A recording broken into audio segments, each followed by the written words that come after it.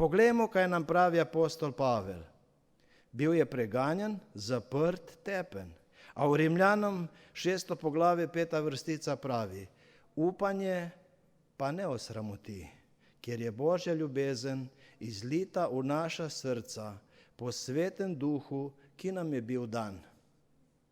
To pomeni, resnično upanje nikoli ne vodi v razočaranje, ker ni utemeljeno na človeških naporih, ampak na Božji zvestobi, ljubezni in Božji prisotnosti.